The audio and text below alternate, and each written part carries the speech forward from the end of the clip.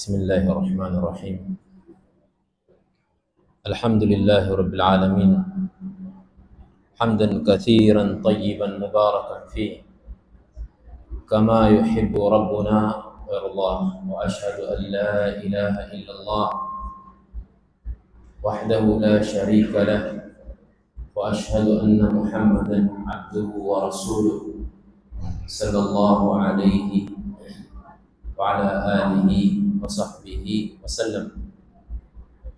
فإن خير الحديث كتاب الله، وخير الهدي هدي محمد صلى الله عليه وسلم، وشر الأمور محدثاتها، وكل محدثة بدعة، وكل بدعة ضلالة، وكل ضلالة في النار.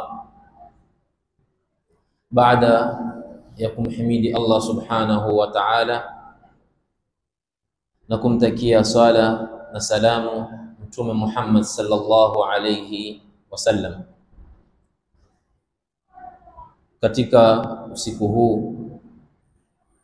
namuomba Allah subhanahu wa ta'ala kwa yale machache ambayo kwamba tutakayoyatoa yawe ni manufaa kwa anayeanza kuzungumza na yamfikie yule mwenye kusikia pale popote alipo, na yawe katika haya ambayo kwamba tutakayozungumza ni katika kutengea kwa watoto wetu, katika kutengea kwa miji yetu, na katika kutengea kwa familia zetu. Ikhwatal kiram,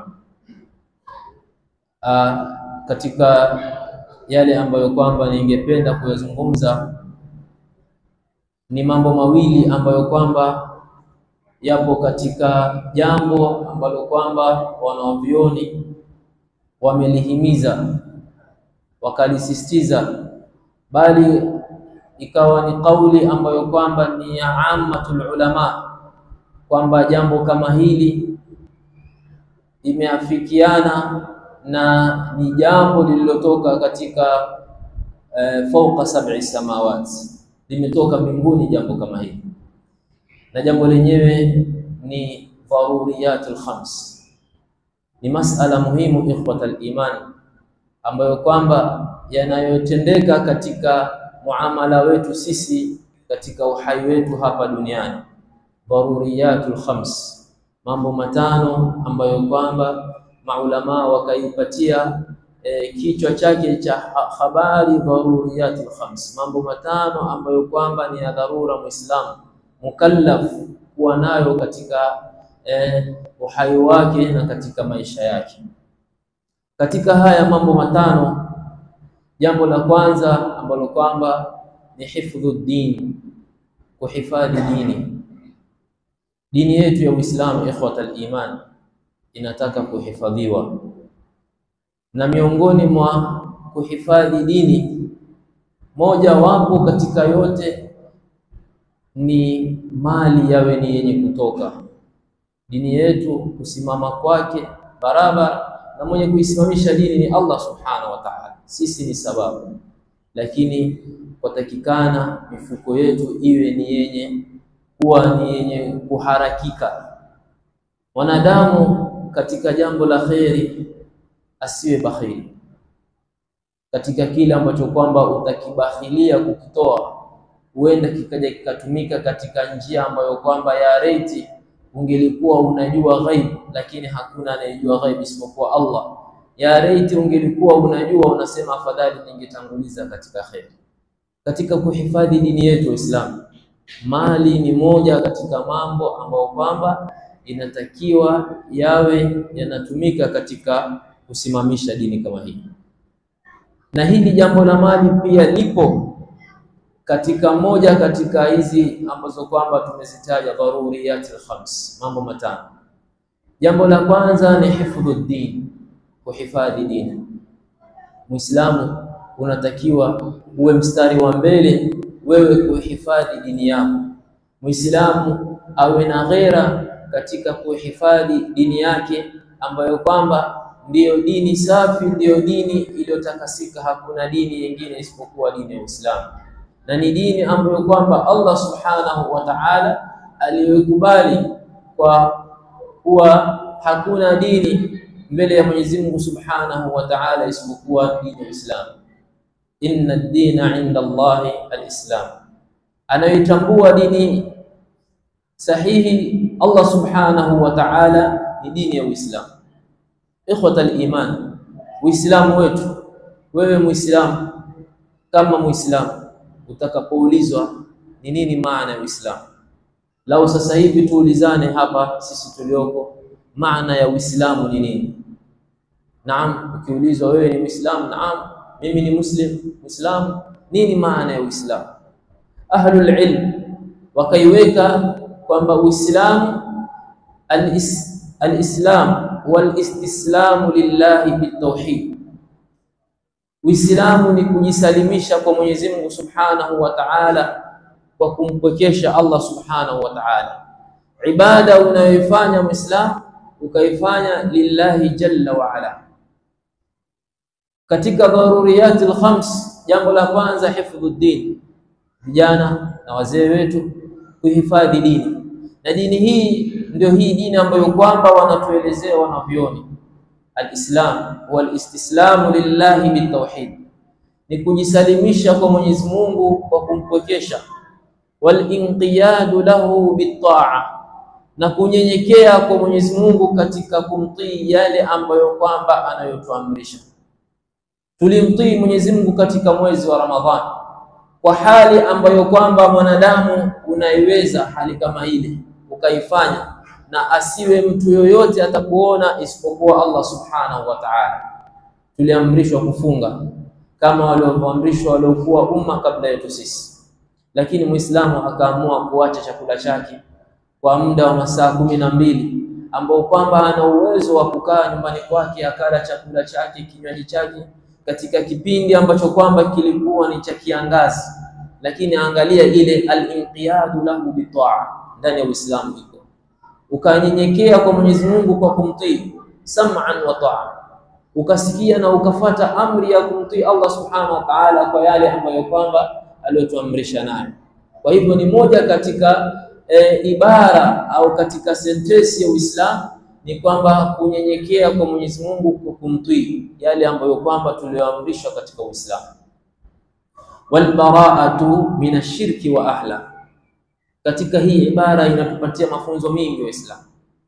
Mtu awe mbali na shirki katika kumshirikisha Mwenyezi Mungu Subhanahu wa Ta'ala pamoja na washirikina. Awe mbali na shirki na awe mbali na wale wanaomshirikisha Mwenyezi Mungu Subhanahu wa Ta'ala. Al-istislamu lillahi bitawhid, kujisalimisha kwa Mwenyezi Mungu kwa kumpwekesha. Kuna hali ambazo kwamba sisi wanadamu ambao kwamba tunaishi katika ulimwengu huu tunazo hali hizi, na kila mmoja yuko katika tabaka yake tofauti. Hali zilizoko ni tatu. Kuna yule ambaye kwamba la yastaslim lillah, hajajisalimisha bado kwa Mwenyezi Mungu Subhanahu wa Ta'ala. Fahadha, maulama wanasema hadha mustakbirun, huyu ni mtu ambaye kwamba yuko na kibri, amekataa kujisalimisha kwa Mwenyezi Mungu Subhanahu wa Ta'ala. Na nani anayeweza kufanya jeuri na kiburi mbele ya Allah Subhanahu wa Ta'ala? Ikhwan fillah, leo mwanadamu dhaifu, mwanadamu pengine pipe zake ama njia zake za kupitisha choo zitablock kwa wiki tu, itakuwa balaa, kutekekana mapesa kadha kadha. Mwanadamu dhaifu, lakini tumeghafilika wallahi, na aliyetughafilisha ni shetani ambaye kwamba ni adui mkubwa. Kwa hivyo jambo la kwanza, kuna mtu ambaye kwamba katika hii ibara ya kujisalimisha kwa Mwenyezi Mungu, kuna mtu ambaye kwamba hajajisalimisha kwa Mwenyezi Mungu Subhanahu wa Ta'ala, ambaye kwamba mtu huyo akachukua nafasi ya kuwa katika watu wenye kibri. Mtu wa pili, istaslama lillahi wa ghaira. Tuweni makini. Kuna mtu akajisalimisha kwa Mwenyezi Mungu na akawa ni mwenye kujisalimisha kwa mwingine asiyekuwa Allah Subhanahu wa Ta'ala. Fahadha mushrikun, huyu ni mushrik.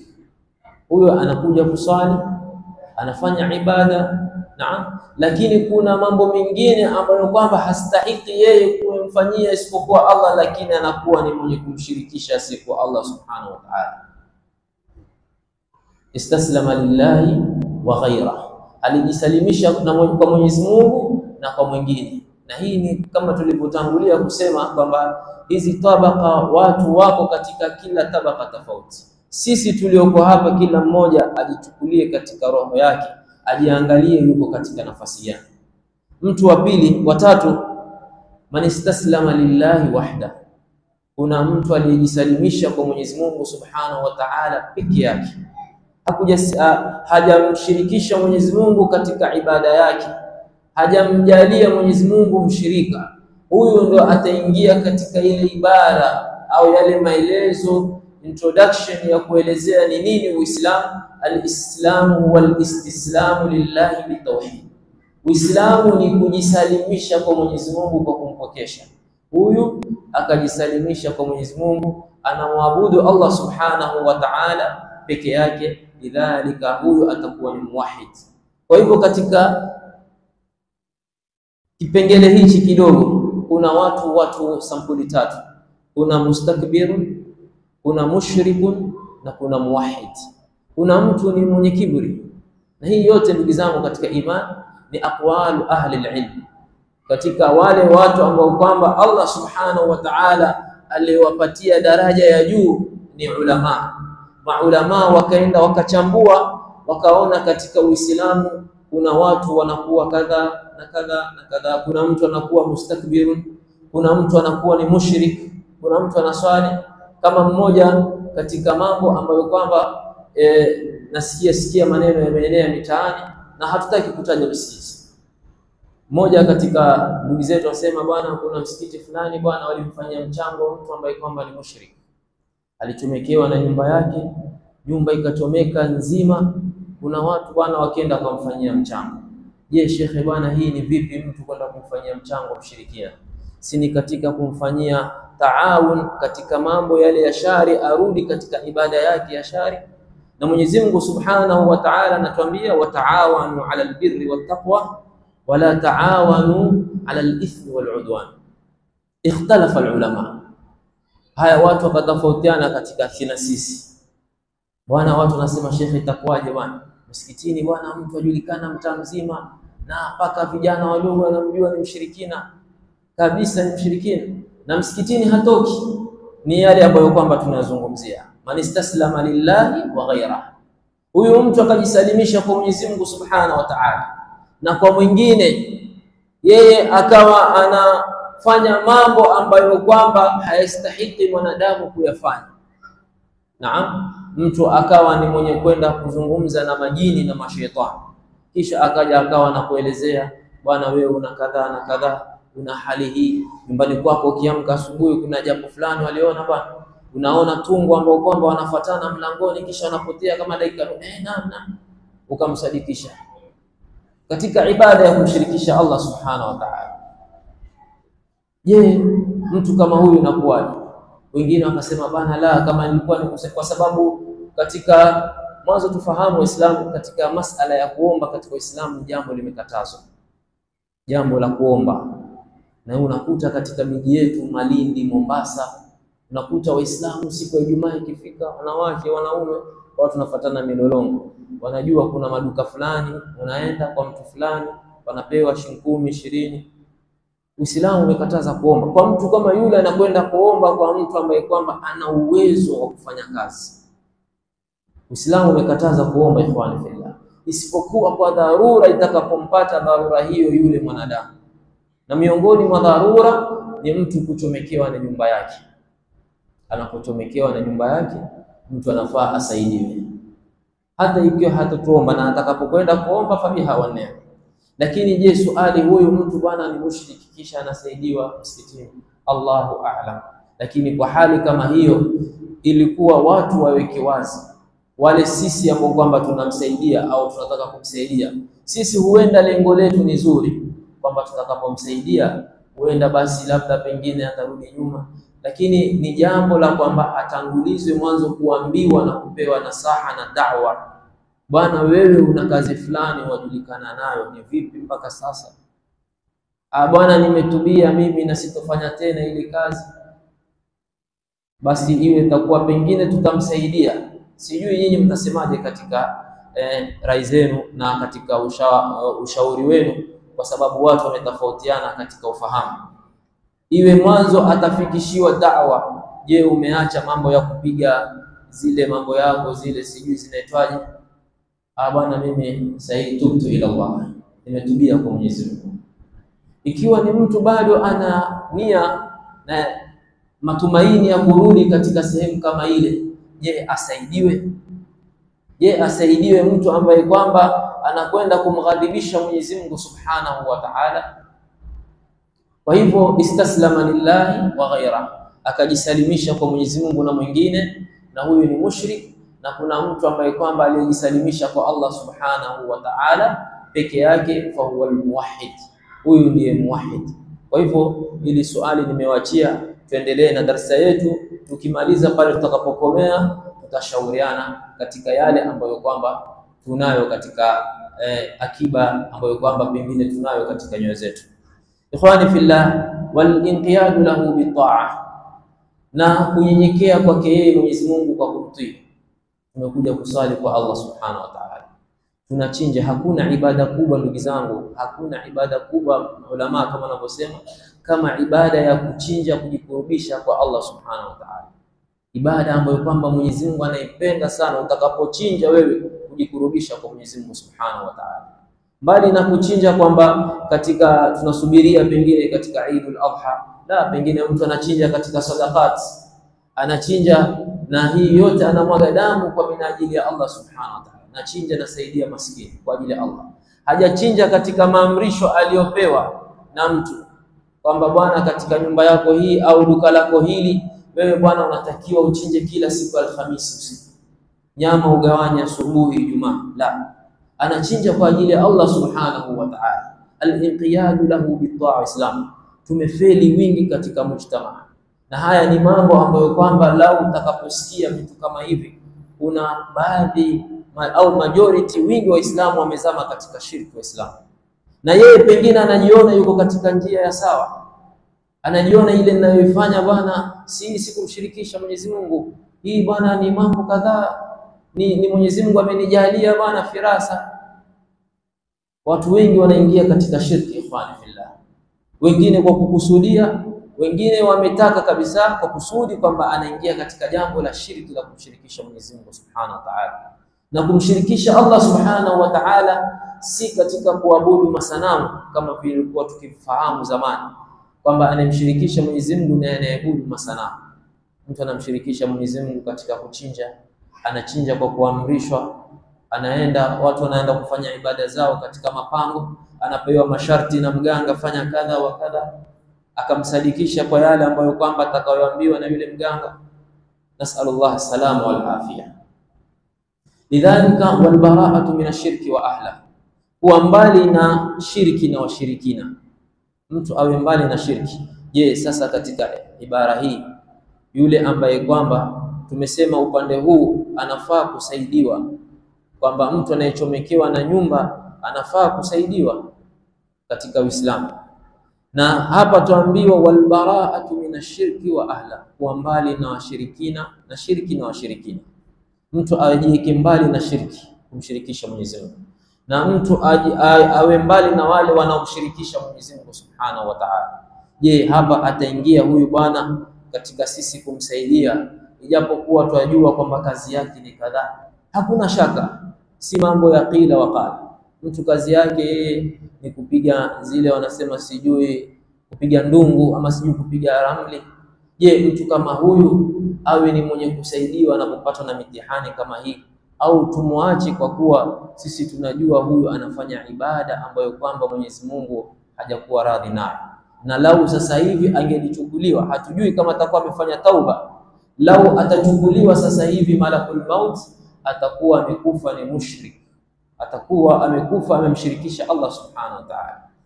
Kuwa mbali na shirki na washirikina, sifa hii akaichukua Nabii Allah Ibrahim. Tizama Nabii Allah Ibrahim ambaye kwamba ni khalili, ni rafiki mkubwa wa Allah Subhanahu wa Ta'ala, Khalilur Rahman. Tukisoma kisa cha Nabii Allah Ibrahim, Ibrahim alifanya mingi makubwa ndugu zangu katika imani. mpaka Qur'ani ikamuita inna Ibrahima kana umma. Ibrahim ni mmoja lakini akawa ni umma kwa yale ambayo kwamba aliyoyafanya kwa Allah subhanahu wa ta'ala. Ibrahim, Mwenyezi Mungu anatuelezea kwa ufupi, anatuelezea ndani ya Qur'an, anasema qad kanat lakum uswatun hasanatun fi Ibrahim walladhina ma'ahu idh qalu liqaumihim inna buraa'u minkum. Hii mada ndugu zangu Waislamu ni mada muhimu sana. Ibrahim alayhi salam aliposema, Mwenyezi Mungu anasema qad kanat lakum uswatun hasanatun fi Ibrahim, tuna kiigizo chema kwa Nabii Allah Ibrahim, babu yetu Ibrahim. Idh qala liqaumihim inna buraa'u minkum wa mimma ta'buduna min dunillah. Nabii Allah Ibrahim alipowaambia wale jamaa zake, wale watu wake, alipowaambia kwamba mimi niko mbali na nyinyi, nimeshawapiga bara, niko mbali na nyinyi kwa mnayoyafanya, mimma ta'buduna min dunillah, kwa mnavyoviabudu asiyekuwa Mwenyezi Mungu subhanahu wa ta'ala. Leo iwe itakuwa mtu tumjua ni mushrik, kuna mtu takuwa anafanya ibada za kishirikina, mambo ya kishirikina, na kisha tukae naye maskani, basi jamani hata kumpatia nasaha pia tutashindwa. Tunajua thika kabisa fulani na mambo ambayo kwamba kila asema kuna siri bwana, nani ambaye kwamba hajui bwana kuhusu fulani.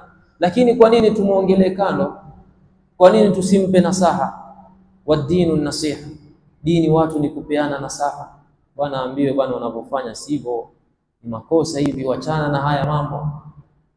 Hivi ndivyo ambavyo kwamba dini imetuamrisha na Mtume sallallahu alaihi wasallam. Ibrahimu alipoambia jamaa zake inna buraa'u minkum wa mimma ta'buduna min dunillah kafarna bikum wa bada bainana wa bainakum al'adawa, tumekwisha kuwa kufurisha nyinyi na imeshaanza vita baina yetu sisi na nyinyi. Sisi na nyinyi ni uadui hatta tu'minu billahi wahda. Ibrahimu akawapatia kwamba mpaka mumwamini Mwenyezi Mungu peke yake ndio tuweza kuwa pamoja, tukawa na ujamaa. Lakini kwa mnayoyafanya ya kumshirikisha Mwenyezi Mungu subhanahu wa ta'ala, hatuwezi kukubaliana, hatuwezi kwenda katika mrengo mmoja au katika njia moja. Nabii Allah Ibrahim ndiye aliyevunja masanamu, aliyevunja masanamu ya wale watu ambao kwamba walikuwa wakiabudu masanamu. Nabii Allah Ibrahim kuwaendea wale masanamu kuwauliza, mbona hamuli ambapo kwamba mmewekewa chakula kinatambaliwa na nzi, vinywaji, na wao wenyewe wanajua kwamba wale masanamu yao la yadhuru wala yanfa, masanamu yao hayadhuru wala hayanufaishi, wanamwabudu asiyekuwa Allah subhanahu wa ta'ala. Ibrahim akawavunjia masanamu yao wale watu. Kisa kirefu.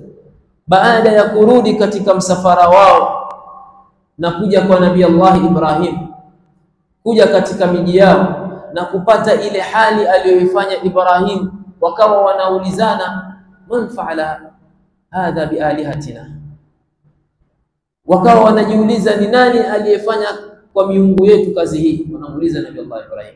Watu walitoka kwenda katika sherehe, Ibrahim hakutoka. Ibrahim anawaambia muulizeni mkubwa wao, kuna mkubwa mmemweka katika wale mnaoabudu. Angalia anacheza na akili zao za ambazo kwamba ni za kijahili, walizama katika ujinga, katika hali ambayo kwamba lau wangelikuwa ni wenye kuzingatia, tutasemaje na huyu mkubwa Ibrahim, huyu hatamki hasemi. Sasa kwa nini sisi tunaenda kuwasujudia? Kwa nini sisi hatusafiri mpaka twende tukawatake, bwana mimi nasafiri, vipi safari yangu itakuwa kadha, itakuwa je safari yangu ni nzuri? Mtu anatoka na hivi, wako baadhi ya watu mpaka leo yani itikadi zile za safari. Mtu anatoka anaelekea kutaka kusafiri, anakuta ndege amempita, naenda upande wa kushoto, bwana hii safari mbaya bwana. Nasema bwana hii ni itikadi tumeachiwa na mababu zetu, itikadi za shirki ikhwani fillah. Wakunufaisha na wakuleta madhara ni Allah subhanahu wa ta'ala, si ndege wala si masanamu wala si upepo. Nabii Allah Ibrahim alayhi salam anaambia muulizeni mkubwa wao. Vipi tutamuuliza Ibrahim na huyu atamki? Kwa nini nyinyi mnaoabudu hawa? Katika hasira na ghadhabu walizonazo wanasema kwamba tukusanyeni moto. kusanyeni kuni, tuwasheni moto, tumchome Ibrahim. Mwenyezi Mungu Subhanahu wa Ta'ala qadirun ala kulli shay'in qadir, ni muweza kwa kila kitu. Mwenyezi Mungu Subhanahu wa Ta'ala aliwaambia moto, ya naru kuni bardan wa salaman ala Ibrahim. Nabii Allah Ibrahim alisalimika, na hii ni miujiza ya wale kupata miujiza kwamba haya tuliyofanya bwana si mambo ya kawaida. Hawakupigwa na kofi la fahamu la kurudi nyuma kuacha zile ibada ambazo kwamba wanawafanya kwa ajili ya sifa Allah Subhanahu wa Ta'ala. Nabii Allah Ibrahim akatoka katika moto.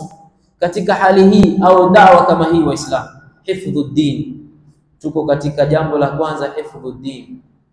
Mimi na wewe tumejitahidi kiasi gani katika kusukuma dini mbele, katika kuipatia support dini mbele? Nikatanguliza kuambia jambo la kwanza katika masala ya kuhifadhi dini, moja wa kuhifadhi dini ni mali, Waislamu. Ikiwa sisi mitihani kama ya Nabii Allah Ibrahim hatutaiweza, lakini mtu uko na mali yako, ikawa unakuwa ni mwenye kutoa msaada mkubwa katika kuendesha jambo la Mwenyezi Mungu Subhanahu wa Ta'ala. Nabii Allah Ibrahim kwa hali hii yote aliyofanya, kwa hali ambayo kwamba Mwenyezi Mungu alimtakasa na akamuita ni umma, lakini Ibrahim anamwambia Mwenyezi Mungu Subhanahu wa Ta'ala katika Qur'an, Nabii Ibrahim alayhi salam anamwambia Allah Subhanahu wa Ta'ala, wajnubni wa baniya an na'budu al-asnam. Nabii Allah Ibrahim anamwambia Mwenyezi Mungu, ya Rabbi, niepushe mimi na wanangu kutoabudu masanamu. Rabbi innahunna adlalna kathirun minan nas, hawa watu hawa wamepoteza watu wengi, ya Rabbi nihifadhi, niepushe mimi na wanangu. Leo katika sisi ndugu zangu ni kwamba ni kiwango cha hali ya juu tuwe tuko katika umakini mkubwa sana katika dini yetu ya Islam. Muislamu asijikute akawa ni mwenye kuteteleka na akateleza akaingia katika mambo yasiyomridhi Mwenyezi Mungu Subhanahu wa Ta'ala. Angalia masahaba wa Mtume sallallahu alaihi wasallam juu ya watu kuhifadhi dini yao. Hifdhuddin ni katika dharuriyatul khams wa Islam, na shiar moja ya kuhifadhi dini wa Islam ni pale sisi tunapojumuika katika kufanya ibada aliyotuamrisha Mwenyezi Mungu Subhanahu wa Ta'ala. Na ibada kubwa ni swala. Ibada kubwa ni swala wa Islam. Swala ina siri kubwa sana mbele ya Mwenyezi Mungu Subhanahu wa Ta'ala. Masahaba wa Mtume, nitachukua kisa cha Ammar bin Yasir.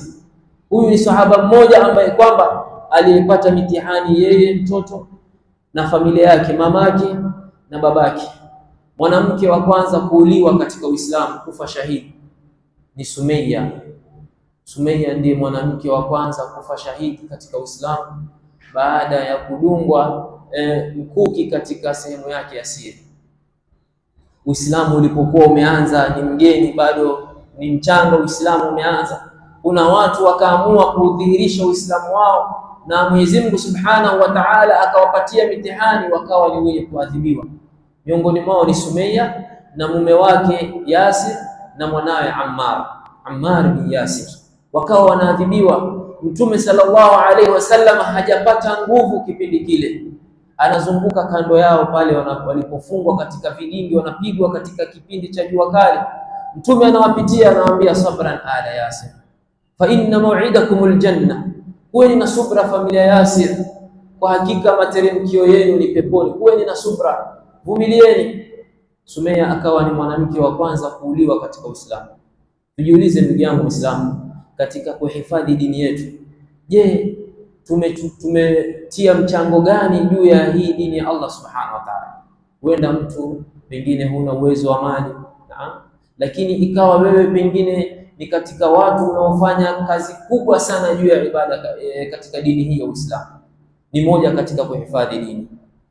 Kazi yoyote ile ambayo kwamba utakayofanya katika amali ya khair, ukaamua kujitolea kwa Allah Subhanahu wa Ta'ala. Ikhwani fillah, Ammar bin Yasir siku aliyoshikwa na Makuraish, wakawa wanamwadhibu, wanampiga kwa yeye kudhihirisha Uislamu wake, na ni katika watu madhaifu, alikuwa akidhihirisha Uislamu wake. Makuraish katika hali ya kumpiga na kumwadhibu, wakawa wanamwamrisha kwamba amtukane Muhammad sallallahu alaihi wasallam. amtukane mtume sallallahu alayhi wasallam katika jambo ambalo kwamba Uislamu kumtukana bwana mtume sallallahu alayhi wasallam ni kufuru, ni ukafiri kumtusi mtume sallallahu alayhi wasallam. Makoreshi katika hali kama ile wakaona ni katika hali ya kumkejeli Rasulullah, wakampiga Ammar, wakamwadhibu, na huku wakimtaka amtukane Muhammad. Ikawa hakuna budi Ammar awe ni mwenye kufanya jambo lile ili apate kuepukana na ule uchungu wa adhabu ambayo kwamba anaopata. Ammar bin Yasir alitoka pale baada ya kuachiliwa kuadhibiwa, kisa ambacho kwamba kinausisimua ngozi Muislamu, kisa ambacho kwamba kinasisimua nyoyo yako Muislamu, moyo wako. Ammar bin Yasir alitoka mbio paka kwa mtume sallallahu alaihi wasallam, na huku analia, ya Rasulullah, nimeangamia ya Rasulullah. Malaka ya Ammar? Mtume anamuuliza una nini Ammar? Anamwambia Rasulullah, Makureshi wameniadhibu, wamenitaka nikutukane, nimezungumza maneno ambayo kwamba ni ya kukutusi ya Rasulullah. Mtume sallallahu alaihi wasallam anamwambia, kaifa tajidu qalbaka ya Ammar, moyo wako unaupata vipi Ammar baada ya wewe kuambiwa maneno kama haya, maneno kama haya uliyoyatamka kuhusu mimi katika njia ya kwamba umetakiwa unitusi? Vipi waupata moyo wako, wajihisi vipi katika moyo wako? Ammar anamwambia Mtume sallallahu alaihi wasallam, mutma'innun bil iman, moyo wangu ya Rasulullah umemakinika na iman, umemakinika na iman, na wewe ndiye mtume wa Allah subhanahu wa ta'ala. Hakuna mola isipokuwa ni Allah subhanahu wa ta'ala, na wewe ni mjumbe uliyetumwa na Allah subhanahu wa ta'ala. Mtume anamwambia Ammar, in aadu fa'ud, ya Ammar, watakaporudi Makureshi kukuadhibu wakakutaka unitukane mimi, in aadu fa'ud, wakirudi na wao wewe pia rudi, wapatie yale ambayo kwamba wanakutaka. Ndugu zangu katika imani, angalia hofu waliokuwa nayo masahaba juu ya katika swala zima la kuhifadhi dini. Leo Waislamu tuko wapi juu ya dini yetu? Sisi iko wapi katika hifadhi yetu ya kuhifadhi hii dini yetu? Achilia mbali ya mtu kutoa juhudi zake yeye katika kufanya mambo ambayo kwamba pengine mtu atakuwa na wasi, je, nitapata katika yale ambayo kwamba tumeandaliwa? Wewe mwanadamu katika nafsi yako, katika kufanya ibada tu ambayo kwamba ni mukallafu ulioamrishwa na Allah subhanahu wa ta'ala. Hifdhu din wa Islam, kuhifadhi dini ya Allah subhanahu wa ta'ala. Jambo la pili katika daruriyat al-khams ni hifdhu an-nafs, na ndio ilikuwa moja katika anwani yetu ya leo, hifdhu an-nafs, kuhifadhi nafsi. Mwanadamu hifadhi nafsi yako na nafsi ya Waislamu wenzako wengine. Mwenyezi Mungu Subhanahu wa Ta'ala alipotuambia katika suratul Baqara, wa idh qala rabbuka lil malaikati inni ja'ilun fil ardi khalifa qalu ataj'alu fiha man yufsidu fiha wa yasfiku ad-dima wa nahnu nusabbihu bihamdika wa nuqaddisu lak qala inni a'lamu ma la ta'lamun. Mwenyezi Mungu Subhanahu wa Ta'ala, safari ya kuletwa mwanadamu duniani, Mwenyezi Mungu alipoambia malaika wake, nataka kujalia kiongozi katika mgongo wa ardhi. Malaika katika yale ambayo kwamba ni maumbile walioombiwa na Allah subhanahu wa ta'ala, hawazungumzi wala hawatangulii wala hawafanyi jambo isipokuwa kwa yale ambayo kwamba walioamrishwa. Lidhalika suala ambalo kwamba wamepatiwa na Allah subhanahu wa ta'ala katika kuelezewa kwamba Allah subhanahu wa ta'ala anataka kujalia kiongozi na khalifa katika ardhi hii. Malaika anamwambia Allah subhanahu wa ta'ala, ataj'alu fiha man yufsidu fiha wa yasfiku ad-dima wa nahnu nusabbihu bihamdika wa nuqaddisu lak. Unataka kujalia yule ambaye kwamba utakayemleta katika ardhi atakayemwaga damu, atafanya ufisadi, wa nahnu nusabbihu bihamdika wa nuqaddisu lak, tunakusabbih, tunakutakasi. Mwenyezi Mungu akamwambia, qala inni a'lamu ma la ta'lamun. Ibn Kathir rahimahullah ametaja moja katika faida kwamba anasema wa qaulul malaika hadha laysa ala wajhi al-i'tirad ala Allah, kule kumuuliza Mwenyezi Mungu Subhanahu wa Ta'ala si katika njia ya kumpinga kwa yale ambayo kwamba anayotaka kufanya Allah, hasha lillah, wala ala wajhi al-hasad li bani adam. Kuna baadhi ya mufassirin, Ibn Kathir anataja, anasema kuna baadhi kama alivyosema qad yatawahamuhu ba'd al-mufassirin, huenda ikawaingia kwamba baadhi ya wafasiri wakaona kwamba malaika walikuwa na hasad, walikuwa na uhasidi na wanadamu. Ibn Kathir anaelezea wala ala wajhi alhasad li bani adam kama qad yatawahamuhu ba'd almufassirin, si kwamba wao malaika kumwambia Allah subhanahu wa ta'ala ataj'alu fiha man yufsidu fiha, utamjalia mtu, utamweka mtu katika mgongo wa ardhi atakayefanya ufisadi, wa yasfiku dima, atamwaga damu kiumbe mtu huyo ambaye kwamba utakayemleta, wa nahnu nusabbihu bihamdik, sio kwa minajili ya ufisadi, kwa minajili ya hasad. Na Allah subhanahu wa ta'ala akawa amewasifu malaika, ametusifia katika Qur'an kwamba sifa moja ya malaika, hawatangulii kufanya jambo isipokuwa wanakuwa ni wenye kutaka idhni, la yasaluna shay'an lam ya'dhan lahum fi, hawezi kuuliza jambo malaika kwa jambo ambalo kwamba hawajapewa ruhusa. Kwa hivyo wao kutamka ni moja wa ruhusa ambayo kwamba Allah subhanahu wa ta'ala katika idhni aliyowapatia kwamba kumwambia Mwenyezi Mungu ataj'alu fiha man yufsidu fiha wa yasfiku dima. Allah subhanahu wa ta'ala akawa ni mwenye kuwajibu katika aya ile kwamba inni a'lamu ma la ta'lamun, Mwenyezi Mungu anajua yale ambayo kwamba wao hawakuwa ni wenye kuyajua. Angalia katika hadithi Mtume Mwenyezi Mungu Subhanahu wa Ta'ala katika nadhani hadithi al-Qudsi atakuwa ni mwenye kuwauliza, anawauliza malaika wake kila leo, kaifa taraktum ibadi, mumewaacha vipi waja wangu? Wanasema tuliwaendea wanaswali na tumewaacha wao wanaswali. Wale malaika wale wa mchana na wa usiku wanapopishana zamu, wanapoulizwa katika hali kama hii, wanasema tumewaacha wanaswali, tumewaendea wanaswali na tumewaacha wanaswali. Hii ni hikma moja Ibn Kathir akataja. Kwa sababu gani? Akitaja kwa kusadikisha maneno yake Allah, yeye mwenyewe Allah, inni a'lamu ma la ta'lamun, ndio haya kwamba mimi najua msiyoyajua. Allah anajua katika kuleta wanadamu kuna watu ambao kwamba watakuwa ni manabii, watakuwa ni mitume, kutakuwa siddiqun, kutakuwa mashuhada, kutakuwa salihun, kutakuwa na auliya. Lidhalika aya hii Mwenyezi Mungu alipowaambia malaika inni a'lamu ma la ta'lamun, na malaika kumuuliza Allah subhanahu wa ta'ala, Ibn Kathir anasema la ala wajhi alhasad, si kwa minajili kwamba malaika wanatuhusudu. Watatuhusudu na kitu gani?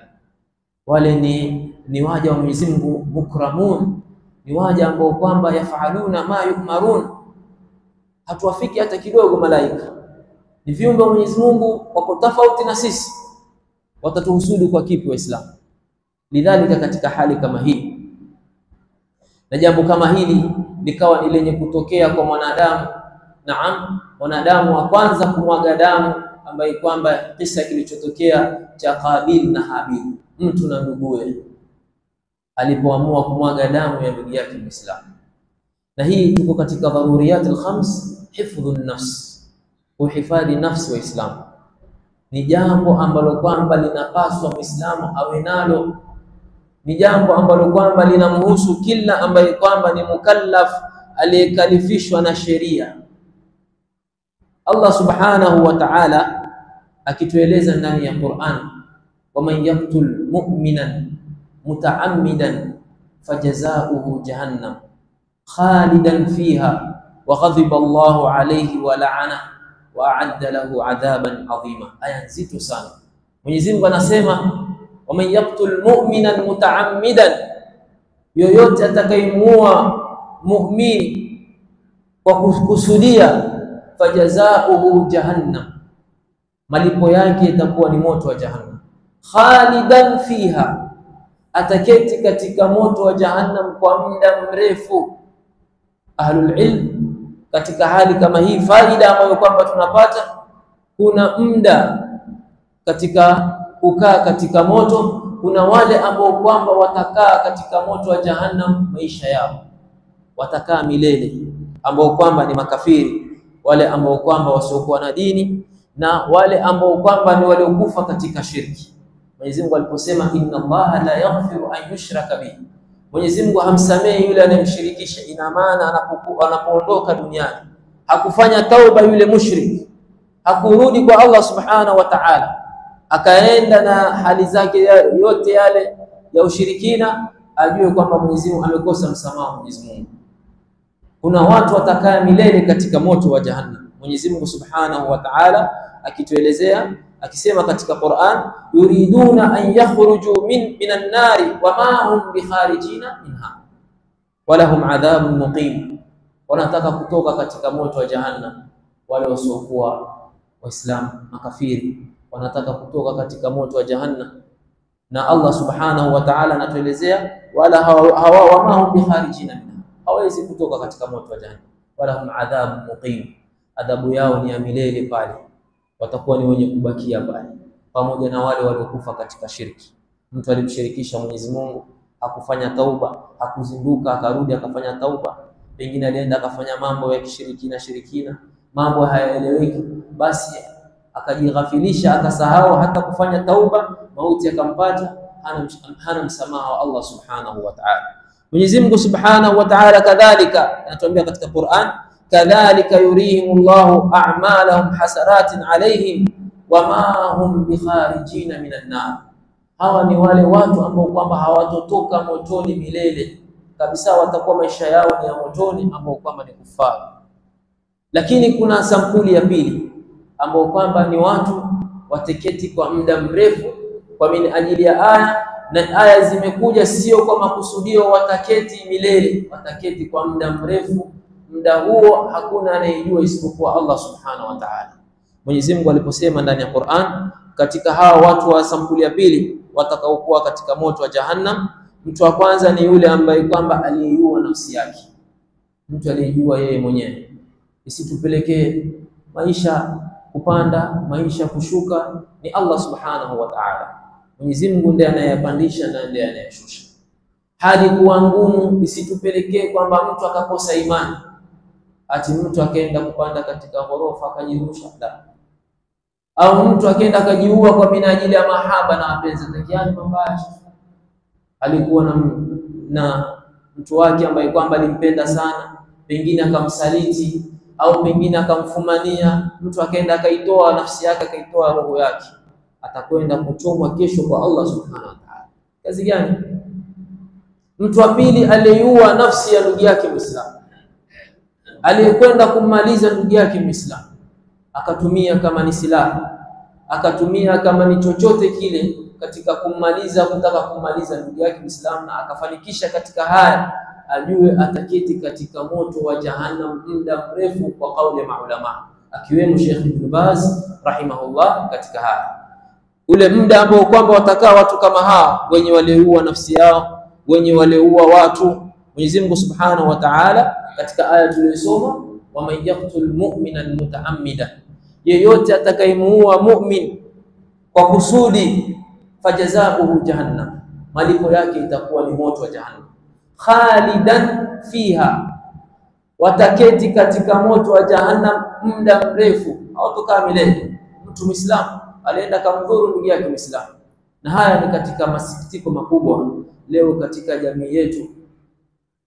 Katika hali kama hizi iwe inapatikana hususan nakuta katika vijana, mtu hajali kabisa kutaka kwenda kumtoa mwenzake roho, mtu hajali katika kuona damu ya mwenzako inamwagika.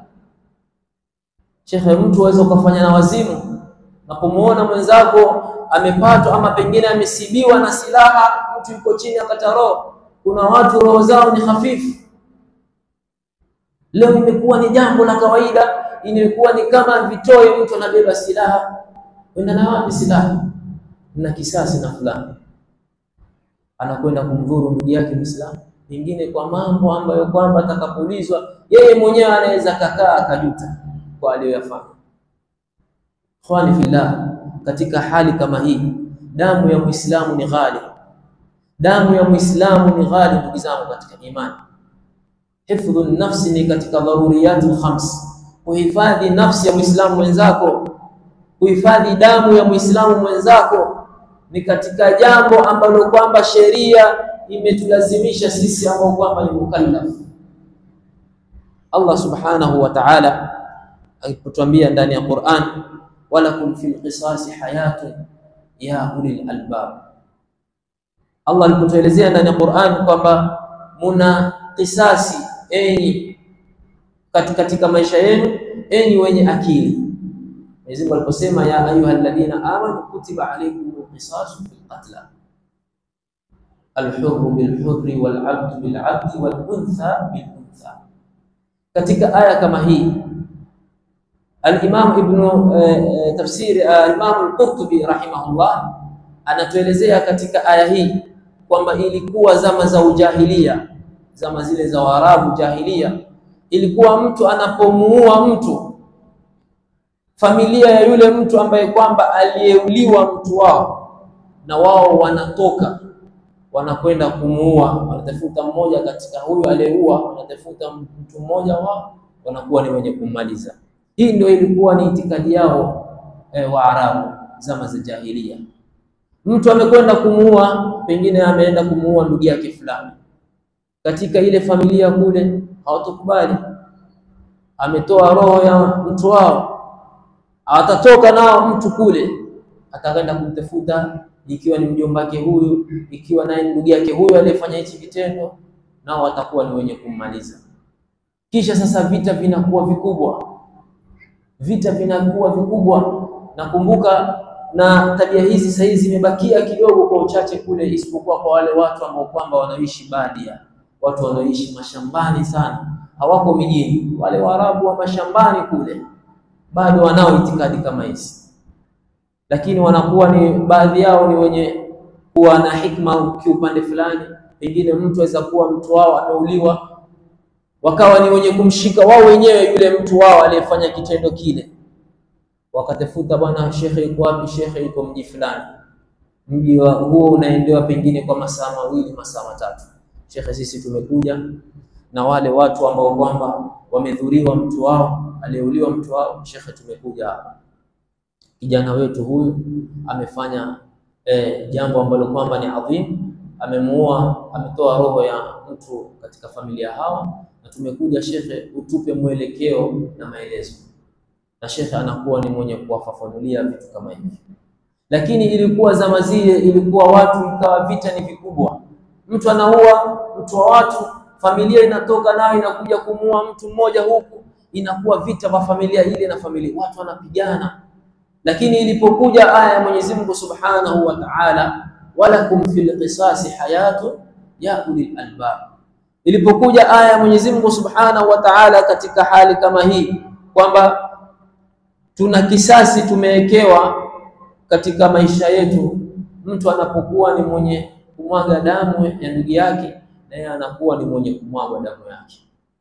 Al-Imam al-Qurtubi jambo la pili ama faida ya pili akataja, akasema hali hii lakini inakuwa wameafikiana wanavyoni katika hali hii ya kulipa kisasi, asiwe mtu yeye mwenyewe atailipia ile kisasi, kwamba atakwenda kulipiza yeye mwenyewe yule mtu. Inakuwa katika mikono ya kiongozi, na anakuwa kiongozi ndio mwenye kutoa maamrisho na hukumu kama hii. Leo haya mambo yamepotea Uislamu. Leo vijana wetu watu nasema sijui kuna madude wanatumia, wakiyatumia wanajisikia kama wanataka kuruka. Wengine bila hata kutumia madude, mtu anaona ni jambo la kawaida. Wallahi, mtu akamtie mwenzake hasara, akamhasiri, ikiwa ni kisu, ikiwa ni panga. Hili ni jambo hatari Uislamu. Tujue utukufu na umuhimu wa damu ya Muislamu, hususan sisi mabarobaro. Tujue umuhimu wa kumwaga damu ya Muislamu. Mtume sallallahu alayhi wasallam alipoiambia Al-Kaaba, utukufu wako na unavonukia kwako, yani kunukia mafuta mazuri, yani harufu nzuri, hautafika utukufu wa damu ya Muislamu. Muislamu ni thamini damu yake.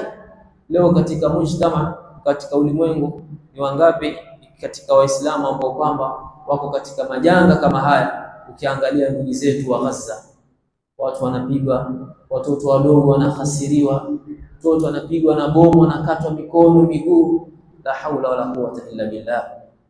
Na hii katika njia kama hii tunasema kwamba ni mtihani Mwenyezi Mungu amewapatia wale Waislamu ambao wako kule wanaopata mitihani kama hii. Wawe ni subra, wawe ni wenye kujikurubisha zaidi kwa Allah subhanahu wa ta'ala, wawe ni wenye kujikurubisha. Hii ni katika hali au moja katika alamati za kiyama. Ukithiri vifo, mauaji yamekuwa ni kukithiri, na katika hali kama ile ukitizama pengine ulimwengu mzima, ndugu zangu, watu wanaiangalia hali kama ile. Mtu mmoja tu alizua gumzo ulimwengu mzima katika nchi yetu. Nchi yetu lesa si daula ya Kiislamu, lakini alikuwa yuenda kunyongwa. Serikali imesimama kumtetea, kumdafi, ndio tena kwa hali ambayo kwamba tetesi, ikiwa ni tetesi na iwe ni hakika, mtu anaenda kuuza sumu. Watu wameweka vipengele vao na sheria zao na vigezo vao kwamba mtu atakayepatikana na mambo kama haya kwetu sisi ni kuuawa. Lakini watu wakaendana mbio, bwana samehewe, afanye kadhalika. Leo Waislamu wanakuwa ni wenye kutolewa roho. Shekhe, jumba la magorofa pengine 12 au jumba la magorofa 10 lichimbwe kuanzia chini na mabomu yale ya uhakika, flat kabisa, hakuna mtu atakayebakia. Watoto wamehasirika, wamekosa makao, wake wameachwa wajane, waume zao wamekufa. Mtume sallallahu alayhi wasallam ameifadhilisha damu ya Muislamu. Nizamo katika imani, damu ya Muislamu ni thamani. Mtume sallallahu alayhi wasallam katika mazungumzo yake pia akazungumza, la zawad dunya ahwanu ala Allah min qatl ar-rajul al-muslim. Hii dunia yote iondoke, dunia mashariki yake na magharibi yake, kaskazini kusini, yote iondoke, ni jambo sahali kwa Mwenyezi Mungu, min qatl ar-rajul al-muslim, kuliko kumwaga damu ya Muislamu. Leo hivi vijana wanakuwa pengine, wengine wanaona ni sifa katika mitaa. Baadhi ya watu wanakaa pengine wanaona, utakubalije bwana? Hapana bwana, wewe ni mwanamume bwana. Ama upate watu wanakuwa ni wenye kushajiisha mtu aenda kamdhuru Muislamu mwenzake. Kwa yapi? Kwa yapi ambayo kwamba yamepelekea mpaka mimi nende nikamwage damu ya Muislamu mwenzangu kwa fillah? Mtume sallallahu alaihi wasallam katika hadithi nyingine aliposema kwamba al-Kaaba, kuvunjika vipande vipande, al-Kaaba ni jambo sahali kwa Mwenyezi Mungu kuliko kutolewa roho ya Muislamu, kumwaga damu ya Muislamu pasi na haki. Leo hivi ni jambo ambalo kwamba limechukuliwa ni adi. Mtu atamwaga mwenzake roho yake, atamkhasiri mwenzake Muislamu, atapelekwa kule, talipa, khalas, mambo tazungumza, khalas, tutaendelea kama kawaida. Ndugu zangu, kuchunga na kuhifadhi damu ya Muislamu, kuhifadhi damu ya Muislamu, damu ya Muislamu kumwagwa pasi na sababu ni jambo kubwa kwa Mwenyezi Mungu Subhanahu wa Ta'ala. Ataenda kumjibu nini yule aliyemwaga damu ya ndugu yake Muislamu? Mtume sallallahu alaihi wasallam anasema siku ya kiyama, bwana Mtume anasema, yaji'ul maqtul muta'alliqan biqatili, atakuja yule aliyeuawa siku ya kiyama amemshika yule aliyemuua, na huku akisema ya rabbi sal hadha fima qatalani, ya rabbi muulize huyu bwana kwa nini aliniua duniani, ni jambo gani lilompelekea yeye akanitoa roho yangu? Ni jukumu letu ndugu zangu katika imani, sisi wazazi, katika kuwapatia malezi na tarbia hawa vijana, kwamba pengine wanaitwa ni vijana sugu. Hapana, hakuna mzazi anayeshindwa na mwanae. Na vijana pia wajue risala kama hii, kwamba ajue mimi kumwaga damu ya ndugu yangu Muislamu ni jambo zito kwa Mwenyezi Mungu Subhanahu wa Ta'ala. Mwenyezi Mungu anasema, wa man yaqtul mu'minan muta'ammidan fajazaohu jahannam, haujaogopa, hujatishika Muislamu. Mwenyezi Mungu ashaweka wazi, na waadi wa Mwenyezi Mungu haufichiki wala si urongo. Yoyote atakayemuua mu'min kwa kukusudia, fajazaohu jahannam, malipo yake ni moto, khalidan fiha, ataketi motoni muda mrefu. Siku moja ya Mwenyezi Mungu Subhanahu wa Ta'ala ka alfi sana indana, siku moja kwa Allah ni miaka 1000 kwetu sisi hapa duniani, siku moja. Sasa hatujue huyu bwana ataketi muda mrefu, hatujue ataketi muda gani. Muda huu anaojua ni Mwenyezi Mungu Subhanahu wa Ta'ala. Hurmati dima'ul muslimin, kuheshimu ndugu zangu damu ya Waislamu. Mtume sallallahu alaihi wasallam yuko katika hijjatul wada, anawaaga masahaba zake katika mambo ambayo kwamba aliyowahusia, akawatajia miongoni mwao vitu vitatu ambavyo kwamba ni muhimu tunafaa tuwe nazo. Jambo la kwanza, Muislamu awe ni mwenye kuchunga mali ya watu, aiheshimu mali ya watu, na ni katika dharuriyatil khams. Jambo la pili, Mtume sallallahu alaihi wasallam aliwahusia ni mtu achunge damu ya Muislamu mwenzake, achunge damu ya ndugu yake Muislamu. Jambo lingine aliwahusia Mtume na kuasisitiza ni mtu achunge heshima za watu. Ikiwa katika uhai wako uko katika mgongo wa ardhi, unaishi katika ardhi hii, kuwa ni mwenye kuheshimu mali ya watu, kuwa ni mwenye kuheshimu damu za watu, kuwa ni mwenye kuheshimu heshima za watu au irdhi za watu. Hifdhun nafsi ikhwani fillah ni katika dharuriyatil khams, ni katika mambo matano ambayo kwamba aliyoyataja maulama, na ikawa hii ndio sheria iliyotoka kwa Allah Subhanahu wa Ta'ala. Kuhifadhi nafsi, kutomwaga damu ya Muislamu bila kwa kusudi. Mtume sallallahu alaihi wasallam, ndani time ya ndani imefika, nikimalizia na hadithi ya Mtume sallallahu alaihi wasallam aliposema, la yahillu damu mri'in muslim, si halali kumwaga damu ya Muislamu, si halali kumwaga damu ya Muislamu bila sababu, illa bi ihda thalath, isipokuwa kwa mambo matatu. Haya mambo matatu akataja Mtume sallallahu alaihi wasallam, an-nafsu bin-nafs, atakayetoa roho ya mwenzake naye awe ni mwenye kutolewa. An-nafsu bin-nafs, damu ya Muislamu haimwagwi isipokuwa kwa kufanyiwa kisasi. Mtu atakayeua tawao. Jambo la pili, Mtume sallallahu alaihi wasallam akasema, at-thayyibu zani, yule ambaye kwamba ameshaingia katika bahari ya ndoa, amewahi kuoa, au kama ni katika wanawake amewahi kuolewa, ashaingia katika bahari ya ndoa, akaja akaingia katika jambo la zina, akafanya zina. Huyu katika sheria ya Kiislamu kwamba ni haki yeye damu yake kumwagwa. Angalia mwanamke aliyekuwa na ujasiri, mwanamke ambaye kwamba wa kisahaba aliyekuja kwa Mtume sallallahu alaihi wasallam, ya Rasulullah, anakuja mwanamke wa kisahaba kwa Mtume, anamwambia Rasulullah, mimi nimezini ya Rasulullah. Umezini? Naam. Na anakuja kwa Mtume amezini, tayari yuko na tumbo la mimba. Mtume anamwambia, nenda kakae ujifungue kisha urudi. Ameenda amekaa muda wa kujifungua, amejifungua, amerudi kwa Mtume sallallahu alaihi wasallam, ya Rasulullah, mimi ni yule niliyekuja nikakwambia nimezini, huyo hapa mwanangu nishajifungua. Mtume sallallahu alaihi wasallam anamwambia, nenda kamnyonyeshe.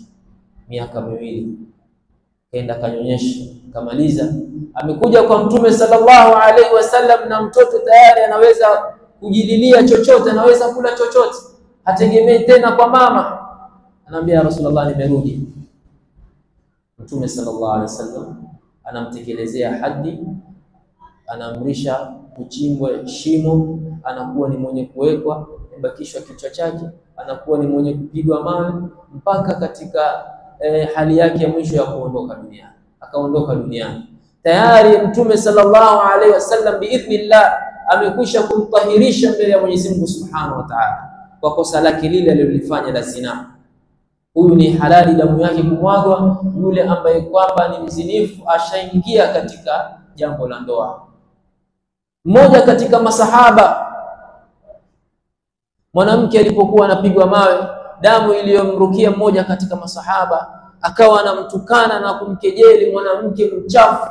Mtume sallallahu alaihi wasallam anamwambia usimtukane, lau tauba yake aliyotubia kwa Mwenyezi Mungu tutaganyiwa watu wa Madina itatutosheleza. Subhanallah, bali al-insanu ala nafsihi basira. Huyu ni katika watu kitengo cha pili anayefaa damu yake kumwagwa. Leo hatuko katika miji au sheria za Kiislamu kutabikisha. Je, wewe Muislamu unajiuliza katika hali kama hii umefanya tauba na Allah Subhanahu wa Ta'ala? Ikiwa mtu haddi yake ama kafara yake ni mtu apigwe mpaka uwawe, damu yake mwagwe mpaka maliziki. Mtu wa tatu, atariku lidinihi almufariq liljamaa, yule atakayeacha Uislamu, atakayekuwa Muislamu akarudi katika au akaenda kuingia katika dini isiyokuwa ya Uislamu, akaritaddi bimaana, huyu ni mtu ambaye kwamba damu yake ni halali, ndugu zangu katika imani, kumwagwa. Na kama alivyosema Mtume sallallahu alaihi wasallam, la yahillu damu mri'in muslim illa bi ihda thalath, si halali damu ya Muislamu kumwagwa pasipo na haki isipokuwa mambo matatu: atakapoua nafsi, atakapotoa roho na yatolewe roho yake, atakapokuwa ni mtu ni mzinifu amezini, atakapokuwa ni mtu aliyeritadi kuacha Uislamu. Leo ni wangapi ambao kwamba Uislamu haya mambo yani yamekuwa si asiri tena? Kuna vijana wangapi wa Kiislamu waliochukuliwa katika social media, wallahi wameenda makanisani, watoto wa kiume na wa kike, wakaenda kuombewa na wakawa wako tayari kumsadikisha yule anayemuombea kwamba mimi kile ambacho kwamba nilichokitaka nimekipata. Al-amru khatir ibadallah, mambo ni hatari Uislamu. Leo kuna wanawake wangapi wa Kiislamu na majuba, ikiwa takuwa ni technique wa Uislamu, ikiwa takuwa ni mipango ya wale aadau Islam, maadui wa Uislamu, ikiwa takuwa wanafanya vile labda katika kudhalilisha Uislamu au wanafanya vile katika kututia unyonge, wajue kwamba Mwenyezi Mungu Subhanahu wa Ta'ala anatuambia ndani ya Qur'an, na hii ni ahadi mwenyewe amechukua, yuriduna liyutfi'u nurallahi biafwahihim wallahu mutimmu nurihi walau kariha alkafirun. Mwenyezi Mungu ataikamilisha nuru yake Uislamu ikiwa atakuwa ni hila wanazozifanya, hasbunallahu wa ni'mal wakil. Lakini ikiwa ni watoto wetu watakuwa wamekosa kanaa, wamekosa kuwa na ucha Mungu wa hali ya juu, mtu akaamua kuacha dini yake akaenda kisha kwa lengo na kisingizio kwamba wana wale wanisaidia kuliko waislamu wenzangu, si hivyo. Haijakupelekea ni sababu wewe kwenda kuacha Uislamu, kwenda kuingia katika mambo yasiyokuwa ya Kiislamu, katika mambo ya kumshirikisha Mwenyezi Mungu, ati kwa kuwa minajili hukusaidiwa katika mambo fulani au mambo kadhaa na kadhaa. Sio hivyo Uislamu. Kwa hivyo katika dharuriyat al-khams, hifdhuddin, kuhifadhi dini yetu, na haya yote yanaingia katika kuhifadhi dini. Na jambo la pili, hifdhun nafsi, kuhifadhi nafsi ya mwanadamu, kutomwaga damu ya Muislamu pasi na sababu isipokuwa kwa haki zake.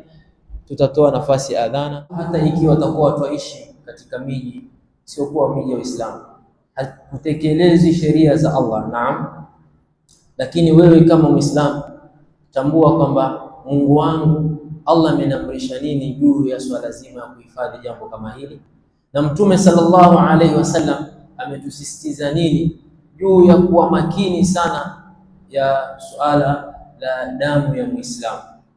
Nitakomea mpaka hapa kwa yale machache tuliyozungumza. Mwenyezi Mungu atujalie minal ladhina yastami'una qawla fayattabi'una ahsana. Pengine